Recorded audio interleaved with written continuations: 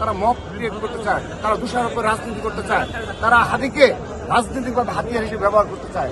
আমরা স্পষ্ট হাদিকে হত্যার উদ্দেশ্যে হামলা চালানো হয়েছে। তার এই প্রতিবাদে বাংলাদেশ জাতীয় ছাত্র দলের তাৎক্ষণিক মিছিল শেষে এই প্রতিবাদ সমাবেশে আমরা আবারও ধিক্কার জানাচ্ছি যে এই ধরনের কাপুরুষোচিত হামলার নিন্দা জানাচ্ছি এবং সেই সাথে ইন্টেরিয়ম সরকারকে আমরা আহ্বান জানাচ্ছি আপনারা প্রতিশ্রুতিতম সময়ে এই কাপুরুষোচিত হামলার সাথে কারা জড়িত সেই সন্ত্রাসীদের চিহ্নিতপূর্বক গ্রেপ্তার এবং সুষ্ঠু তদন্তের মাধ্যমে জাতির সম্মুখে পেশ করবেন যে কারা এই নির্বাচন বানচাল করতে চায়, কারা এই গণতান্ত্রিক অগ্রযাত্রাকে বানচাল করতে চায় এবং কারা এই দেশপ্রেমিক হাদির মতো তরুণ রাজনীতিবিদদেরকে হত্যা করতে চায়।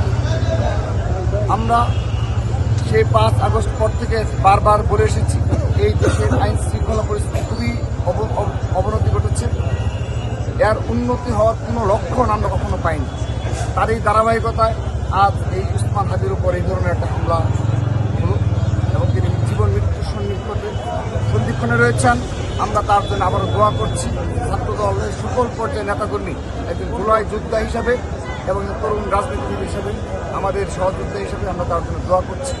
তাকে যেন মহান রাব্বুল আলামিন দ্রুততম সময় সুস্থ প্রদান করে এবং আবারও তার যে কণ্ঠ সেই কণ্ঠে যেন বাংলাদেশ পন্থীদের পক্ষে কথা বলতে পারে, ন্যায়ের পক্ষে কথা বলতে পারে, বাংলাদেশের স্বাধীনতা সার্বভৌমত্ব রক্ষার স্বার্থে তার কণ্ঠকে আবার উজ্জীবিত হয়। আমরা সেই আশাবাদ ব্যক্ত করছি এবং একজন সহযোদ্ধা হিসেবে তার পাশে আমরা সার্বিকভাবে রয়েছি। কিন্তু একটি অতীব দুঃখের বিষয়, এই হামলাকে কেন্দ্র করেও আজও মব করার সেই প্রচেষ্টা চালানো হয়। যে মব 5 আগস্টের পর থেকে মবকে শিল্পের রূপ দান করেন একটি বিশেষ গোষ্ঠী, সে আজও নিবৃত হয়নি।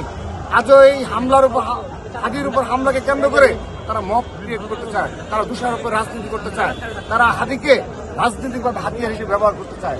আমরা স্পষ্টভাবে বলতে চাই ছাত্রদল সেই 5 আগস্টের পর থেকে ক্যাম্পাসে বারবার মবের শিকার হয়েছে। আমরা কোনো প্রতিক্রিয়া জানাই। আমরা মবের শিকার হওয়ার পরও আমরা সর্বোচ্চ ধৈর্য সহনশীলভাবে ছাত্র দলের নেতাকর্মীরা ক্যাম্পাসগুলোকে অবস্থান করার চেষ্টা করেছে।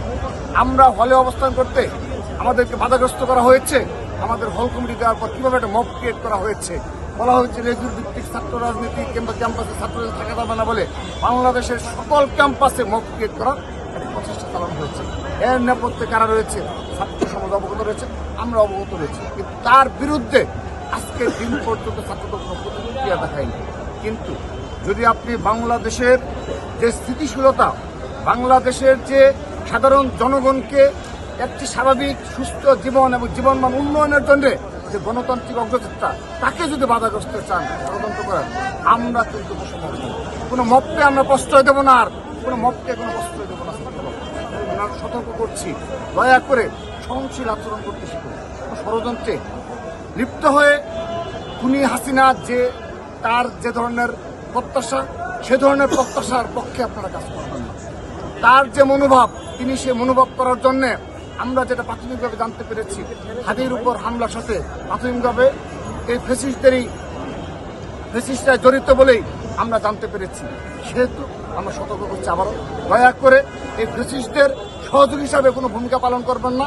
কেউ কোনো গোষ্ঠী যেন আর কখনো মততন্ত্র কায়েম করে কাউকে রাজনৈতিকভাবে হাতিয়ার হিসেবে ব্যবহার করার প্রচেষ্টা সেখান থেকে নিবৃত হবে সেই প্রত্যাশা রাখছি।